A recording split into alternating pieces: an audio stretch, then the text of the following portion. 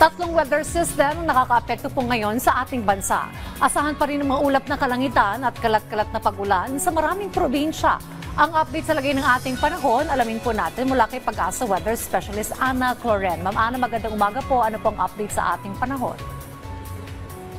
Magandang umaga po, Ma'am Dayan, ganyan sa ating mga taga-subaybay. Update po tayo sa magiging lagi natin panahon.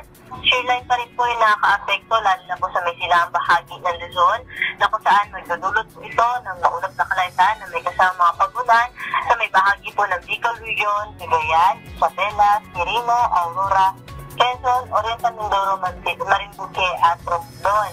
Samantala sa may Cagayan Valley or the rest of Cagayan Valley, Cordillera at Region ay maulap na kalangitan din po ang inaasahan ngayong araw na may kasama rin po mahihina hanggang sa katamtaman ng mga pag-ulan na naman po ito ng amihan.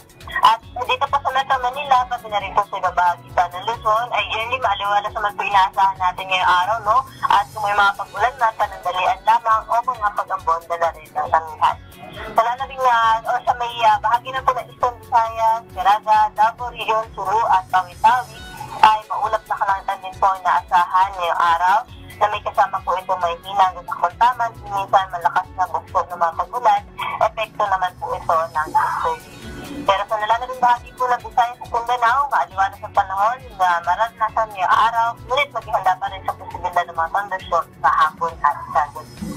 Wala tayong na-monitor na low pressure area o bagyo na posible po maka-apekto sa ating bansa.